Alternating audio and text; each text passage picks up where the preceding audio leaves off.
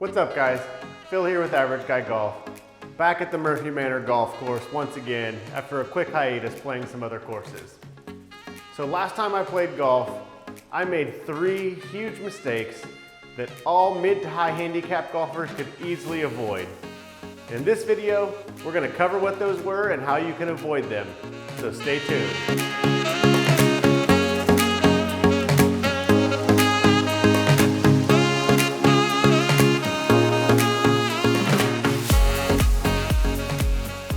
Okay, so last week I got to play in this USO Northwest Golf Tournament at Newcastle Golf Club in Newcastle, Washington. First of all, shout out to the USO Northwest. As a veteran myself, anybody who supports the troops, I totally appreciate what you're doing, and keep up the good work. It was an awesome tournament, and the golf course is absolutely amazing, as you can see in these next couple clips that I'm going to show as we keep talking for a minute. But the course and the tournament completely destroyed me. Now, I made 3 mistakes that caused this downfall in my game. The first of those mistakes was, the day before the tournament, I went out and bought a new driver. Well, I went out and bought a new driver. I bought a driver secondhand off of somebody on Craigslist. The driver was in good condition. The driver itself wasn't what the issue was. However, when I got out to the course and started hitting with it, I could not strike the ball well. I made tons of excuses about the club was too long, the club was too short, yada, yada, yada. All the excuses I could think of for why I might not be hitting it well. What it really came down to, though, was that I didn't take any practice swings with the club before I went and started playing my round. So the first tip is practice with the club before you play with it. I know that seems pretty obvious, but I didn't do it. And maybe it's because I'm stupid, I don't know, but perhaps that's something that some of you may have experienced before. If you've ever done that, comment below and just kind of let me know if it went for you like it did for me. You can see here that it was not a pretty sight. I was barely able to get the ball past the ladies' tees, and when I did, I was slicing it super far to the right. It was not a pretty sight. What makes it worse is that this tournament had free range balls. I could have easily gone and practiced beforehand, and I just chose not to for some inexplicable reason. The second thing kind of piggybacks off of that, and that was that I refused to hit any different clubs off the tee box on any par 4s or par 5s. My 3-wood is a club that I'm fairly comfortable with. Now, I'm not good with it, but it's a club that I'm pretty comfortable with. I wouldn't switch clubs. I insisted on hitting my driver every tee shot that I had for no logical reason. So my second tip is to hit a club that you're comfortable hitting. There is certainly a time and place to practice hitting with new clubs or practice getting more familiar with clubs, but a golf tournament at a really nice golf course isn't the time to do so, especially when you're just doing it to be prideful. There was no other reason besides the fact that I wanted to use my driver.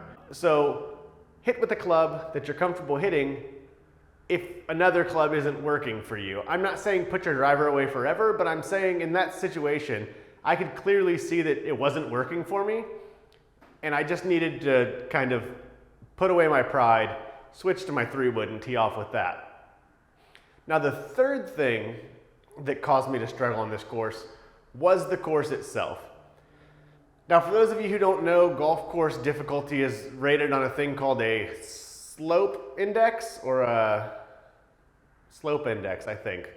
And to avoid getting too much into the math, we'll just say that a slope index runs from 55 to 155.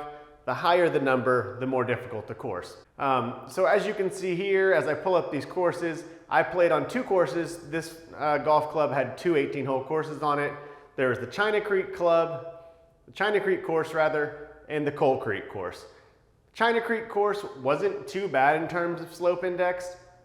One thing I forgot to mention, the average slope index for all golf courses across the United States or whatever, I think is 113. So keeping that in mind, you can see here this course isn't too much higher than that. However, it was pretty difficult. It was about 500 yards longer than the club that I normally play at.